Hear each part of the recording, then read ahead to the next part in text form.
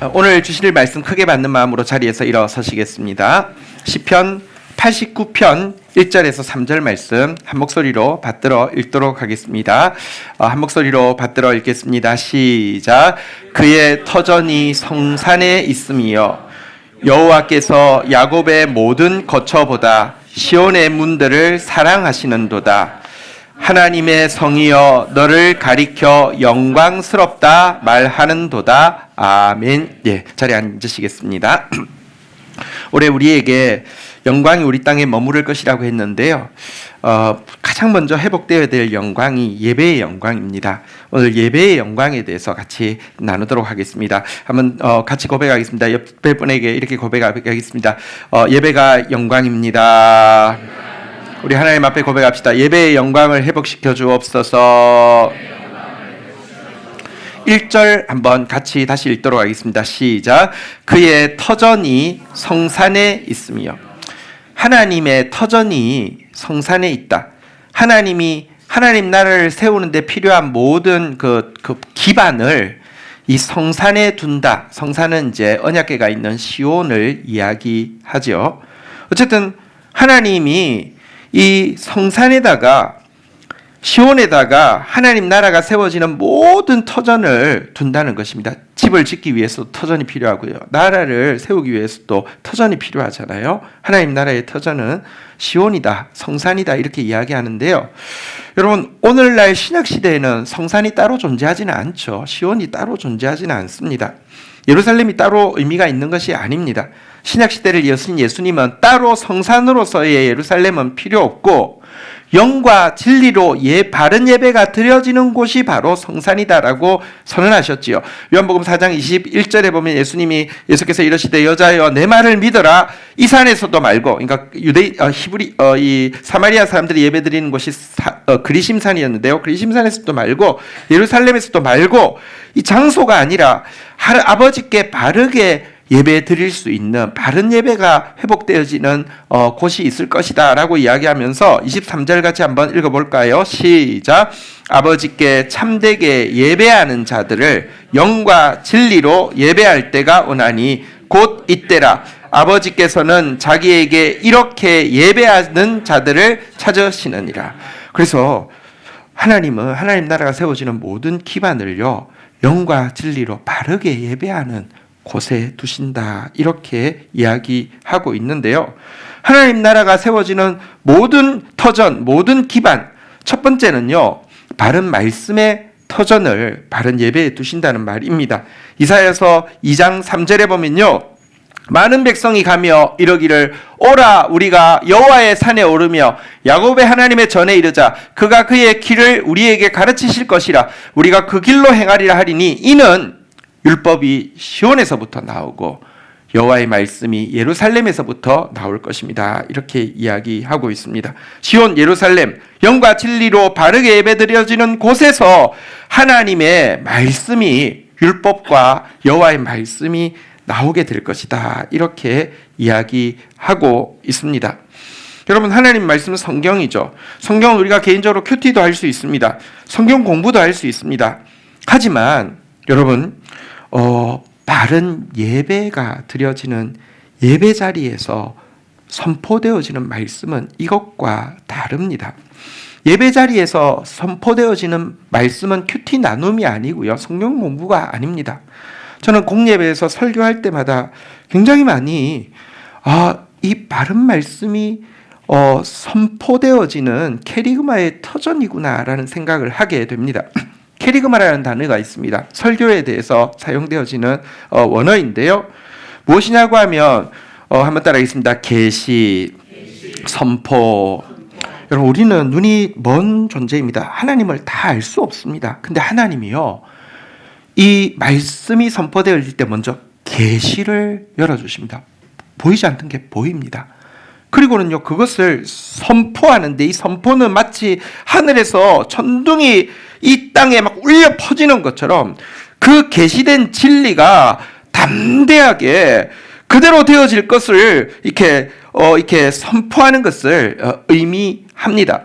설교 시간에 저는 제가 그동안 큐티하고 성경 공부한 거를 나누는 건 줄 알았는데 아니더라고요. 말씀을 전할 때 나도 모르던 것이 계시가 되어지고요. 내 인격이나 내 자신감으로는 선포할 수 없는 것이 선포되어지게 하시고는 그것이 그대로 되게 하심으로 말미암아 내 안에서부터, 우리 성도들 안에서부터 하나님 나라가, 의의 하나님 나라, 기쁨의 하나님 나라, 평강의 하나님 나라가 이루어지게 하더라는 말입니다. 그래서 이 영과 진리로 예배드리는 이 예배, 이 시온이 바른 말씀이 선포되어지는 그런 터전으로 하나님이 삼으신다는 것입니다. 또 이 예배가요, 한번 따라하겠습니다. 바른 찬양의 터전. 시편 150편 1절에 보면요, 할렐루야, 그의 성소에서 하나님을 찬양하며 그의 권능의 궁창에서 그를 찬양할지어다, 이렇게 이야기했는데요. 하나님은 성소, 곧 영과 진리로 드려지는 바른 예배에서 하나님을 찬양하기를 원하고요. 우리의 찬양이 바르게 올라가면 그것은 이 권능의 궁창에서 천사들이 화답하면서 그러합니다 하고 하나님께 또 찬양하게 된다라고 이야기를 하고 있습니다. 사실 하나님은 우리를 지으실 때 당신을 찬양하게 하기 위해서 지었다라고 이야기하고 있는데요. 그러나 하나님이 언제 찬양받았다고 느끼냐고 하면 노래를 아주 잘할 때 찬양받았다고 절대 느끼지 않습니다. 여러분, 제가 이렇게 보스턴이나 이렇게 유로코스타 이렇게 가면요, 정말 잘합니다. 여기는 NEC라고 잉글랜드 컨서바토리라고 예를 들면 임윤찬 이런 친구들이 유학 가는 학교인데 거기 찬양팀 전부 다 NEC나 아니면 버클리 출신들입니다. 노래 너무 잘합니다. 근데 유럽도 마찬가지죠. 이탈리아, 프랑스 유학생 중에서 성악 너무 많습니다. 너무 잘합니다. 근데요, 부족하지만 제가 들어도 은혜가 안 될 때가 많습니다. 왜인 줄 아십니까? 한번 생각해 보십시오. 누가 나보고 막 좋다고 대단하다고 이렇게 존경한다고 이야기하는데 나를 전혀 모르는 사람이야. 나에 대해서 아무것도 모르는 사람이 그럼 얼마나 오글거리겠습니까? 하나님을 알지도 못하면서 하나님 찬양한다? 그거는 여러분, 하나님이 오글거리고 하나님 싫은 것입니다. 그래서 바른 찬양은요, 반드시 지식이 있어야 됩니다. 우리 찬양팀 성경 많이 읽어야 됩니다. 왜냐하면 아는 만큼 하나님 찬양할 수 있으니까요. 또 바른 찬양은 단지 지식의 문제 또 넘어섭니다. 어떤 가수가요, 진짜 노래를 부를 때 막 소름이 쫙 돋는 이유는 어떤 노랫말이 누군가를 향해서 부르는 노랫말인데 마치 눈앞에 그 누군가가 있는 것처럼 느껴지게 부르면요, 우리 전부 다 소름이 돋죠. 찬양이란 찬양받으시는 그분의 임재를 느끼고 찬양할 때만 하나님이 찬양받았다고 느끼시는데요. 예배의 자리가 어떤 자리입니까? 진리의 말씀이 선포되어 주시고요, 영이신 성령께서 임재하는 자리 아닙니까? 그래서 영과 진리, 진리와 영으로 예배드리는 장소야말로 하나님께서 가장 찬양받았다라고 느끼시는 바른 찬양의 터전으로 삼으신다는 것입니다. 그리고 이렇게 찬양할 때 하나님 나라가 내 안에서부터 의와 희락과 평강으로 임한다는 게 우리가 이미 부르고 있었던 찬양의 가사의 내용입니다. 주의 나라 찬양 속에 임하시니 능력의 주께 찬송하네.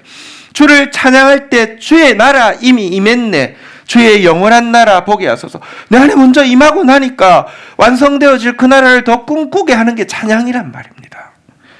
그러므로 바른 찬양의 터전이 되는 예배가 하나님께서 당신의 나라를 세우시는 터전으로 삼으신다는 것입니다. 또한 바른 예배는요, 한번 마지막으로 따라하겠습니다. 바른 기도의 터전. 열왕기상 8장 29절에 보면 이렇게 이야기합니다. 주께서 전에 말씀하시기를 내 이름이 거기 있으리라 하신 곳 이 성전을 향하여 주의 눈이 주야로 보시오며 주의 종이 이곳을 향하여 비는 기도를 들으시옵소서라고 이야기하면서 성전, 다시 이야기합니다. 지금 성전이 있는 게 아닙니다. 바른 영과 진리의 바른 예배가 드려지는 곳에 주의 눈이 주야로 보고 계시고 우리가 이곳을 향하여 비는 기도, 다시 말하면 바른 영과 진리의 예배가 드려지는 곳에서 올려드리는 기도를 하나님께서 응답하신다라고 이야기하고 있습니다. 사실 모든 종교에는 기도가 있고요. 또 종교인들이 기도를 하는 장소도 뭐 각 곳에 있죠. 무슨 저 고흥에 가면 용바위가 있는데 이제 가끔 가서 보면요, 밤새 무당이 막 이렇게 기도한 자리가 있습니다. 우리 이종주 장로님 계신 계룡대에도요, 무당들이 얼마나 잘 가는지 모르는데 용자 있으면 무당들이 잘 갑니다.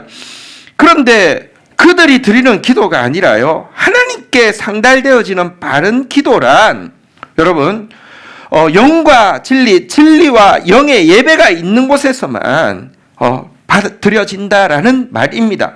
여러분, 바른 기도란 무엇이냐고 하면 단지 내 소원, 내 열망을 이루어 달라고 비는 게 아니라 먼저는 하나님의 언약궤를 통하여서 바른 말씀을 받고 그 말씀이 내 안에 심어지고 그것이 하나님이 나를 통하여서 이루시기 원하시는 나의 소원이 되어서 다시 하나님 앞에 화답해서 올려드리는 것을 바른 기도라고 이야기합니다.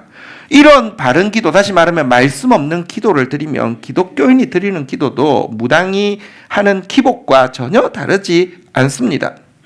또 바른 말씀이 없는 상태에서 기도해도 응답되어질 수 있지만, 고통의 문제에서 벗어날 수 있지만, 문제는요, 이렇게 말씀 없이 기도해서 벗어난 고통, 벗어난 문제는요, 그 문제에 대한 정확한 진단도 처방도 모르는 상태에서 벗어난 것이기 때문에 또 동일한 문제에 빠지기가 너무 쉽습니다.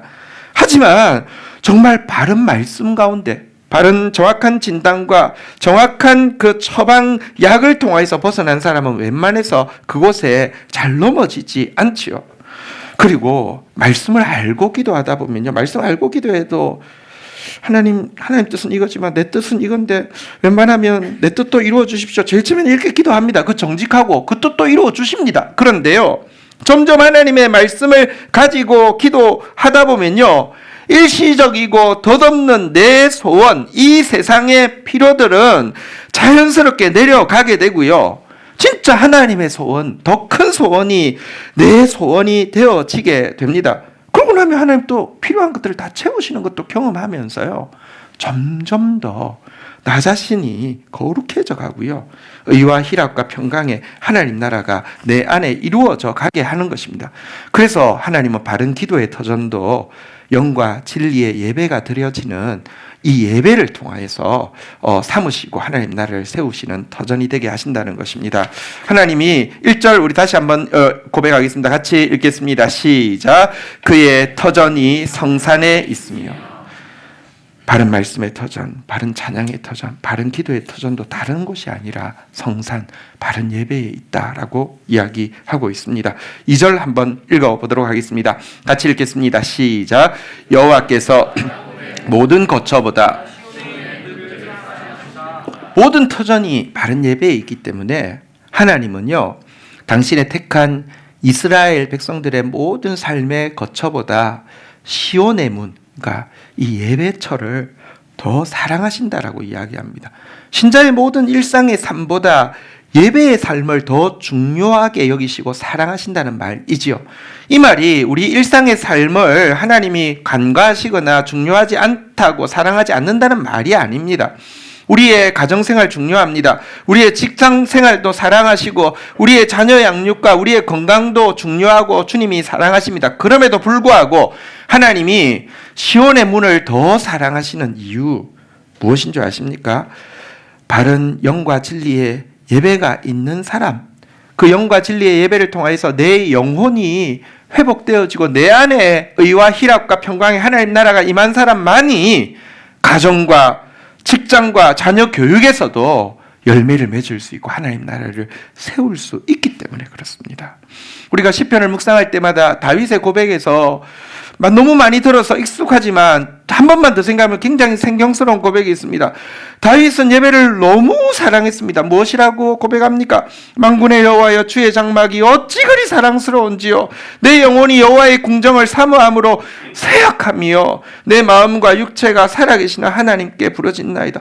예배의 자리를요, 벽날만큼 사모한다 라고 이야기합니다. 그런 적 있습니까? 예배의 자리, 바른 진리와 바른 영, 말씀이 바르게 선포되어지고 성령이 바르게 우리에게 임재하시는 그 자리를 쇠약할 만큼 사모하고 사랑해 본 적이 있냔 말입니다. 그러나 진짜 하나님의 사람들은요, 예배의 자리를 사랑합니다. 또 반대로 신자 중에 예배의 자리에 관심이 없거나 실은 마지못해 드리거나 예배를 미워하는 신자도 있습니다. 시편은 이렇게 경고합니다. 시편 129편 5절 6절 우리 같이 한번 읽어볼까요? 시작.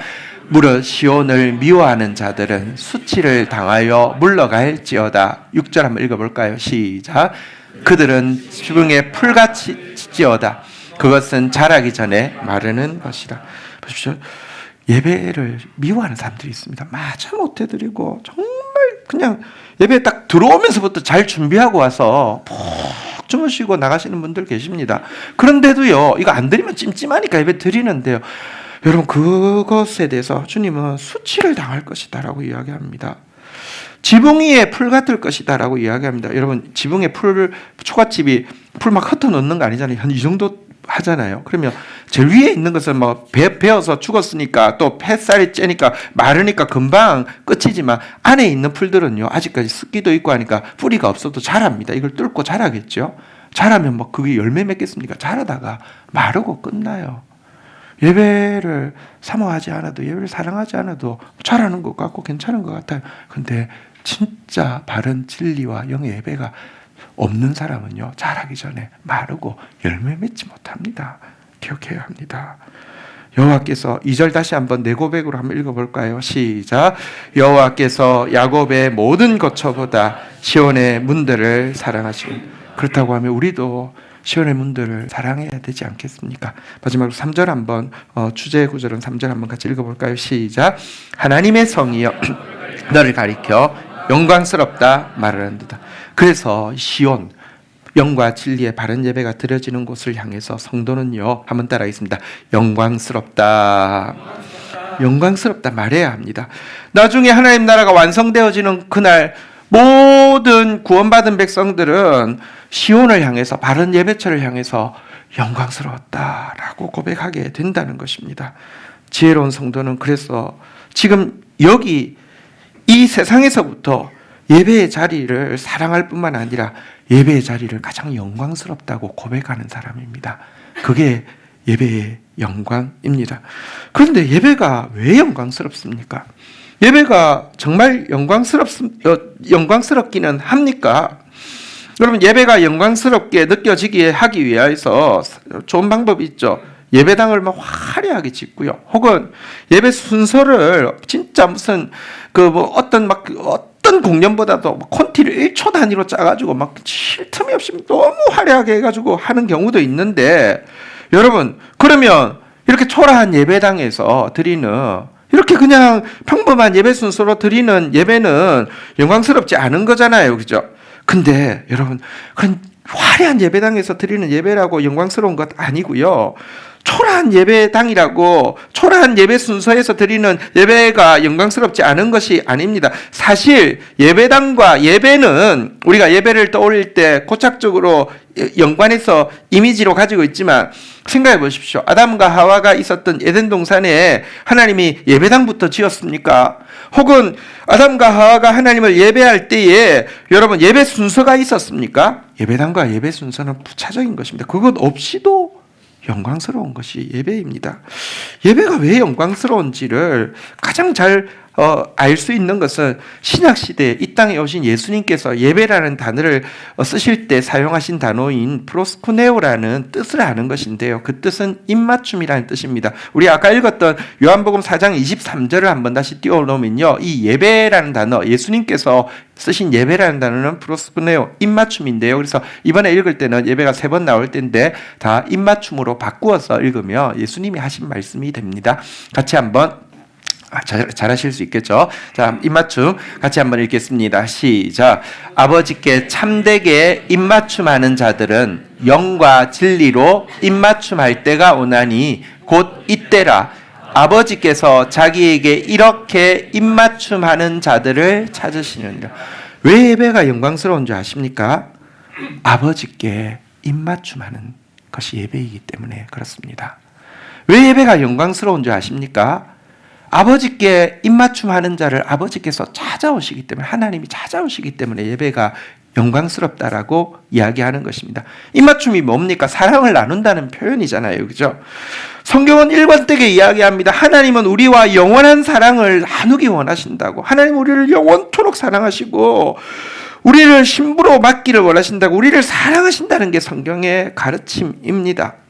그러면 이게 예배의 영광이라는 것을 알면요, 우리가 예배하는 이유, 예배에서 가지는 기대도 새로워져야 된다는 것을 알 수 있습니다. 한번 생각해 보십시오. 우리가 예배를 드리지만 왜 예배 드려? 이유에 대해서 생각하지 않고 예배 드릴 때 많고요. 예배 드리지만 예배에서 뭘 기대해? 별로 생각하지 않고 드릴 때가 많습니다. 거의 매너리즘으로 드릴 때가 많습니다. 근데 다시 한번 생각해 보십시다. 왜 예배 드리십니까? 예배 드리고 나서 무엇을 기대하십니까? 이렇게 묻고 나면 그제서야 이제 생각을 하고 말을 해야 된다고 하면 뭐 이렇게 보통 답이 나올 것입니다. 왜 예배드려? 그러면 마음이 평안해지니까요. 문제가 해결되니까요. 축복을 받으니까요. 이게 예배드리는 이유고 예배에서 기대하는 기대입니다. 물론 이런 것들은 바른 예배에 자연스럽게 동반되어지는 결과일 수는 있습니다. 하지만 그게 주된 이유라고 하면 예배는 영광스럽지 않습니다. 예배는 이상한 것입니다. 한번 생각해 보십시오. 예배가 입맞춤이라고 했잖아요. 자꾸 입맞춤하고 싶은 이유가 마음의 평안을 얻기 위해서다. 자꾸 입맞춤하기 원하는 이유가 문제를 해결받기 위해서다. 자꾸 입맞춤하기 원하는 이유가 축복받기 위해서다라고 이야기하며, 그래서 자꾸 누구하고 나 입맞춤하고, 누구하고 나 입맞춤하는 이유가 평안을 얻고 문제를 해결받고 축복받기 위해서라고 하면 조금 죄송하지만 여러분, 자꾸 입맞춤하는 이유가 평안을 얻기 위해서라고 하면 그 약간 성중독 아닙니까? 자꾸 입맞춤하는 이유가 문제 해결받기 위해서라면 성노비 아닙니까? 자꾸 입맞춤하는 이유가 축복받기 위해서라면 성매매 아닙니까? 사실 이거는 무속의 예배죠. 무속의 예배는 되게 음란합니다. 무속의 예배는 되게 부도덕합니다. 무속의 예배는 되게 사악하고요, 거짓됩니다. 그래도 그것 통해서 평안도 얻고 문제도 해결받고 축복도 받을 수 있으니까 막 이상한 짓을 합니다. 우리가 드리는 예배는 절대로 이래서는 안 됩니다. 다시 한번 생각해 보십시오. 입맞춤하는 이유, 입맞춤하고 싶은 유일한 이유, 그것이 참되고 용인되어질 수 있고 아름다울 수 있는 유일한 이유는 사랑 때문이어야 합니다. 너무 사랑하기 때문에 입맞춤하는 것입니다. 또 사랑하기 때문에 입맞춤하면서 가지는 기대 역시 그 입맞춤을 통해서 사랑의 대상을 더 알아가고 더 닮아가고, 그러다가 그 사람 꼭 닮은 자녀를 낳고 품고 기르게 되는 것이 참된 이유 아니겠습니까? 마찬가지입니다. 여러분, 바른 예배, 참으로 받으시는 예배는 하나님 사랑하기 때문에 입맞춤하는 것입니다. 더 알고 싶고 닮고 싶고, 그래서 하나님 닮은 자가 되어서 하나님의 자녀들을 낳고 품고 기르고 싶은 마음 때문에 예배드리는 것이 참된 예배의 이유고 기대여야 하며, 근데 바른 예배를 통해서 그 일이 이루어지기 때문에 영광스럽다라고 이야기하는 것입니다. 사실 신학적으로 혹은 철학적으로도 하나님이 우리에게 예배를 왜 요구하시느냐는 사실은 풀기 쉬운 문제는 아닙니다. 한번 생각해 보십시오. 누군가가 자기를 예배하라고 이야기하면, 보통 예배라는 말을 잘 쓰기보다는 숭배라는 말을 쓰니까 한번 봅시다. 누가 나보고 나를 숭배해 이렇게 이야기하며 그 사람에 대해서 우리는 뭐라고 진단하면 정확한 진단입니까? 좀 뭔가 문제가 있는 사람이다 이렇게 진단하면 맞는 그 진단이에요. 그 사람은 성격 이상자거나 아주 거짓의 사람, 이단 같은 거짓의 사람이거나 독재자 같은 사람이 나를 숭배해 이렇게 이야기하죠. 그리고 그런 요구를 하는 사람 앞에 우리가 반응해야 될 정당한 반응은 무엇입니까? 역겨워하는 것이죠. 벌레 보듯 하는 것이죠. 누구도 인간은 숭배받을 만한 존재가 없습니다. 여러분, 사실 제가 이제 군대에 있을 때 겪었던 일인데, 우리 그 군대에도 그 신병 교육대에 있을 때 우리 사단장님께서 약간 조금 이상한 분이셨어요. 그래서 무슨 말도 안 되는 자기 훈시를 외우라고 하면서 한 A4 2장짜리를 전원이 다 외우라고 해서 아침마다 외우게 하고요. 이상했어요. 신병 교육대 우리 앞기수가 무슨 자기가 삐를 받은지 자기 그 관사로 다 불러와서 앉혀놓고는 일정 연설을 하시다가 중간에 갑자기 자기 너무 삐를 받았나 봐요. 한 사람을 불러서 자네 내가 영광스러운가 이렇게 물어봤어요. 근데 이제 아무래도 신명교육 때는 아직 2등분도 아니다 보니까 잘 모르잖아요. 그래서 계급은 높으시지만 딱 영광스럽다고 생각하지는 않습니다. 그래서 영창 갔어요. 여러분 보십시오. 누군가 자기를 숭배하라고 하면 그건 또라이입니다. 이상한 사람이에요. 역겨워 하는 게, 나는 물론 안 되긴 했죠. 그 사람 참 훌륭한 사람이라고, 훈련병은 훌륭한 사람이라고 생각합니다.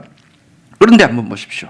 우리 하나님은 도덕적으로 완전하시고, 성품에서 결함이 전혀 없으시고, 만유 중에서 유일하게 자기 충족적인 분, 아무것도 아쉬운 것이 없는 분이 왜 우리에게 당신을 예배하라고 요구하실까요? 그리고 왜 예배를 영광스럽다고 이야기할까요? 이유는 사실 하나님이 지으신 우리는요, 누군가를 사랑하지 않으면, 입맞추지 않으면, 예배하지 않으면 살 수 없는 존재입니다. 모든 사람이 무언가에 대한 입맞춤에 빠져서 살아갑니다. 그리고 그때 생기는 도파민 때문에 행복하다고 생각하면서 살아갑니다. 그 대상이 보통 사람일 수도 있고요. 아니면 쭉 한 걸음 떨어진 사람, 연예인 같은 대상이 될 수도 있고요. 또 사람이 아닐 수도 있죠. 어떤 물건일 수도 있고요. 무슨 명품이나 슈퍼카나 이런 것이 될 수도 있고요. 아니면 어떤 활동이 될 수도 있습니다. 그 활동만 미친 듯이 합니다. 돌만 먹으러 다녀서 집이 참고 꽉 미친 듯이 사랑합니다. 왜냐고 하면 여러분, 무언가 사랑하고자 하는 욕구, 입맞추고자 하는 욕구가 인간의 본성 속에 있습니다. 그런데 문제는 이 욕구는요, 그 어떤 사람도, 그 어떤 물건도, 그 어떤 활동도 채울 수 없습니다. 채울 수 없는데 채워졌다고 생각하는 사람이 있어요. 그런 사람이 진짜 어리석은 사람이고 진짜 문제가 있는 사람이죠. 사실 왜 하나님께서 우리에게 아무것도 아쉬운 게 없는데 예배를 요구하시는지 아십니까? 그 욕구를, 사랑의 욕구를 완전히 채워주실 수 있는 분은 하나님밖에 없기 때문에 우리의 행복을 위해서 하나님은 예배하라고 요구하시는 것입니다. 그래서 예배는 정말 영광스러운 것입니다. 우리가 영원토록 천국에서 당신을 예배해도 지루하지 않은 이유는요, 영원한 로맨스에 빠져도 그분은 다함이 없이 좋은 분이시기 때문에 그렇습니다. 그래서 다윗은요, 하나님을 향해서 나의, 한글 성경에는 큰 기쁨의 하나님이라고 되어 있는데요, 영어 성경에 보면 나의 exceeding joy라고 되어 있습니다. 나의 초월하는 기쁨의 하나님, 무엇과도 비교할 수 없는 사랑의 대상이신 하나님. 그래서 예배가 영광스러운 것입니다. 4절 5절, 우리가 이 예배를요, 하나님의 기반이, 모든 기반이 여기 있고 하나님의 사랑이 여기 있고 가장 영광스럽다고 고백하게 되어지면 이때부터 하나님이 일을 하시는데요, 4절 5절 교독하겠습니다. 나는 라합과 바벨론이 나를 아는 자 중에 있다 말하리라. 보라, 블레셋과 두로와 구스여, 이것들도 거기서 났다 하리로다. 5절 같이 한번 읽겠습니다. 시작. 시온에 대하여 말하기를 이 사람 저 사람이 거기서 났다 말하리니 지존자가 친히 시온을 세우리라 하는도다. 자, 여러분, 우리가 다시 한번 따라하겠습니다. 터전, 사랑, 영광, 예배가 모든 것의 터전이고요, 예배가 가장 사랑의 대상이고요, 예배가 영광이 되어지면 하나님이 일을 하시는데요. 4절에 보면 라합은 애굽을 이야기하는 별칭입니다. 애굽, 바벨론, 큰 나라죠. 아래 위로 있는 나라죠. 작은 나라 블레셋, 두로, 구스, 이것은 동서남북의 크고 작은 모든 나라의 사람들이요, 모두가 거기서 났다고 했는데 거기는 어디를 이야기할까요? 시온을 이야기하죠. 바른 예배를 이야기하죠. 바른 예배를 통하여서 태어나서 하나님을 아는 자 중에 있게 되었다라고 말하게 하신다는 것입니다. 5절에서도 보면요, 시온에 대해서, 바른 예배에 대해서 이 사람 저 사람이 거기서 났다. 그러니까 동서남북의 수많은 영혼들이 나는 그곳에서부터 그것으로 말미암아, 바른 예배로 말미암아 구원받게 되었고 중생하게 되었고 하나님을 알게 되었습니다 라고 고백하게 하신다는 것입니다. 이것은 바른 예배의 영향력이 우리 안에만 머무르지 않고 열방 가운데 퍼져나가서 열방을 구원하고 열방에서 구원받은 백성들이 하나님 앞에 나오게 될 것에 대한 예언인데요. 그런데 여러분 사실 오늘날 교회를 보면요, 사실은 그렇게 지금 현재 한국 사회에서 가장 문제 많은 집단을 그냥 한 개만 뽑으라고 하면 교회라고 해도 과언이 아닐 정도로 문제가 너무 많습니다. 또 우리 교회는 또 보면 열방을 생각하기에는 너무 작습니다. 너무 연약하고 또 너무 문제가 많습니다. 어떻게 우리를 통하여서 동서남북의 수많은 사람들이 내가 거기서 났다라고 이야기하고 내가 하나님을 아는 사람이 되었다라고 이야기하게 할 수 있을까요? 한번 따라하겠습니다. 지존자가 친히 시온을 세우리라. 여러분, 막 수십만 명 모이는 교회에서 막 예배하면 그 예배를 통해서 열방에 막 구원의 영향력이 흐를까요? 바른 예배 아니면 하나도 흐르지 않습니다. 그러나 작다 할지라도요, 바른 예배 드리면요, 하나님이 그 예배를 통해서 열방에 당신의 구원의 영향력을 흘릴 것입니다. 왜냐하고 하면 하나님은 지존자시고요, 하나님 나라는 당신이 친히 세우시기 때문에 그렇습니다. 성경은 이야기합니다. 적은 무리여 무서워 말라. 하나님께서 그의 나라를 너희에게 맡기시기를 기뻐하신다라고 이야기하고 있는 것입니다. 그래서 우리는 바른 예배 드리고 있으면 됩니다. 나머지 일은 지존자가 친히 기이한 일로 홀로 일하실 것입니다. 이 시의 마지막 두 구절 6절 7절 교독하겠습니다. 여호와께서 민족들을 등록하실 때에 그 수를 세시며 이 사람이 거기서 났다 하시리로다. 7절 같이 한번 읽겠습니다. 시작. 노래하는 자와 뛰어노는 자들이 말하기를 나의 모든 근원이 내게 있다 하리로다. 자, 시인은 이제 마지막으로 하나님 나라가 완성되어지는 그 자리, 그래서 천국 백성들과 지옥 백성들을 나누시는 그 하나님의 최종 재판의 자리로 눈을 옮기고 있습니다. 하나님께서 각 민족들, 각 사람들을 이제 등록합니다. 천국 백성이면 등록증을 이제 준다는 말입니다. 자, 근데 여러분, 등록증을 줄 때 하나님께서 천국 백성의 숫자를 아시는데요, 이 숫자와 지금 등록하는 사람 숫자가 맞아야 되잖아요. 그래서 확인하시면서 등록증을 주는데, 등록증 받은 사람, 다시 말하면 천국 백성이 될 사람에게 뭐라고 이야기하시면서 등록증을 준다고요? 한번 따라하겠습니다. 이 사람이 거기서 났다. 거기는 어딜까요? 시온이죠. 바른 영과 진리의 바른 예배가 드려지는 곳에서 바른 말씀, 바른 찬양, 바른 기도 드린 바른 예배에서 나온 사람이기 때문에 이 사람은 천국 백성 맞다라고 등록증 명단과 숫자를 확인하고 오케이 이렇게 하신다는 것입니다. 자, 이제 등록증을 받았습니다. 바른 예배를 통해서 하나님 나라 백성 되었다는 등록증을 받았습니다. 여러분, 그때 진짜 여러분 자동차 면허시험 합격증 받을 때가 제가 저 기억에서는 제일 좋았는데요. 그거하고 이 등록증 받을 때하고는 완전 차원이 다를 것입니다. 그 등록증 받으면 어떻게 돼요? 노래하는 자와 뛰노는 자들이 이거 딱 받으면 얼마나 좋겠어요. 한번 생각해 보십시오. 얼마나 좋겠어요. 노래하면서 뛰놀면서 뭐라고 간증한다고요? 한번 따라하겠습니다. 나의 모든 근원이 내게 있다. 여기 네 개가 어디예요? 시온이죠. 바른 예배죠. 바른 예배를 통해서 내가 천국 백성 되었습니다. 영광스러운 예배를 통해서 내가 천국 백성 되었습니다. 막 이렇게 찬양하며 노래하게 될 것이라는 것입니다. 그래서 예배가 영광스러운 것이죠. 그런데 이 6절의 표현에 하나님께서 등록하실 때 수를 세시고는 이 사람이 거기 났다. 거기는 진짜 예배, 바른 예배가 맞는데요. 근데 여러분, 그 주민등록증 여러분 가지고 계시죠? 여러분 주민등록증에 보면 본적이 있고 또 여러분 살고 있는 주소도 뒷면에 있잖아요. 그죠? 제 본적은 경남 산청군 신덕면 단계리인데요.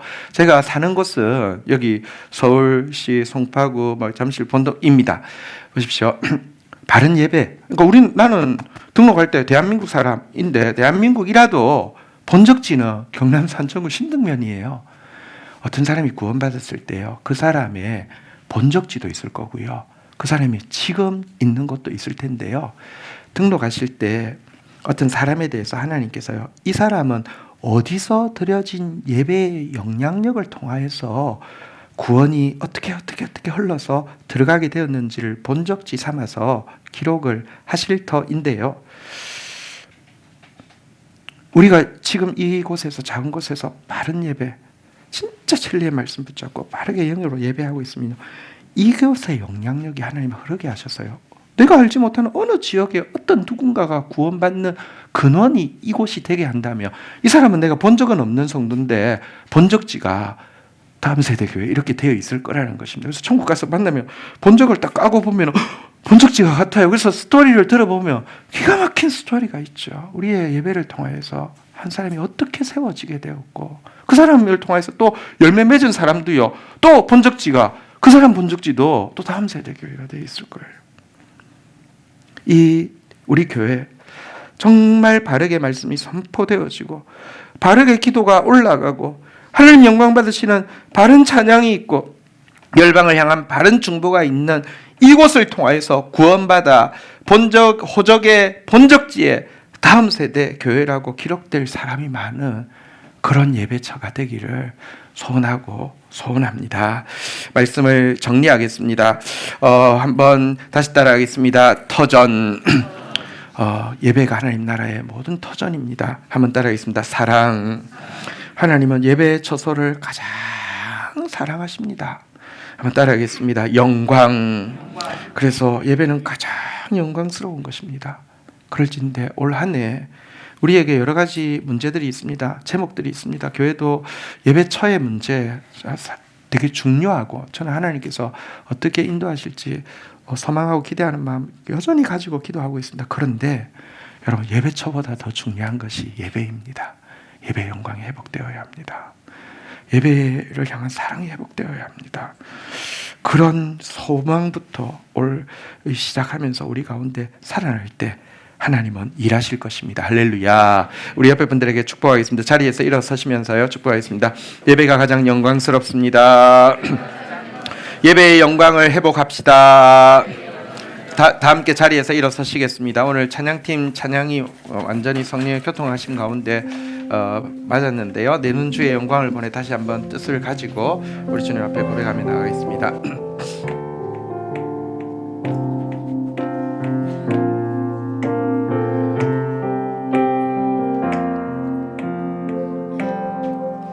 내 눈 주의 영광을 보내 우리 가운데 계신 주님,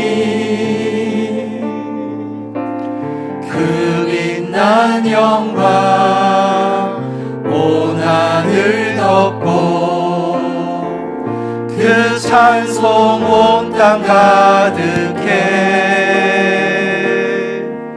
내 눈 주의 영광을 보내 찬송 가운데 서신 주님, 주님의 얼굴을 온 세상 향하네.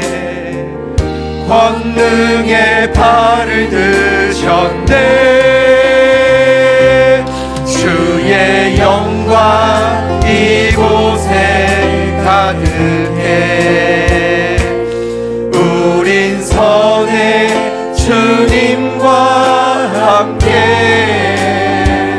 찬양하며 우리는 전진하리. 모든 열방 주 볼 때까지. 하늘 아버지 우리 새롭게 하사 열방 중에서 주를 섬기게 하소서. 모든 나라 일어나 찬송 부르며 영광의 주님을 보게 하소서. 주의 영광 이곳에 가득해. 우린 선해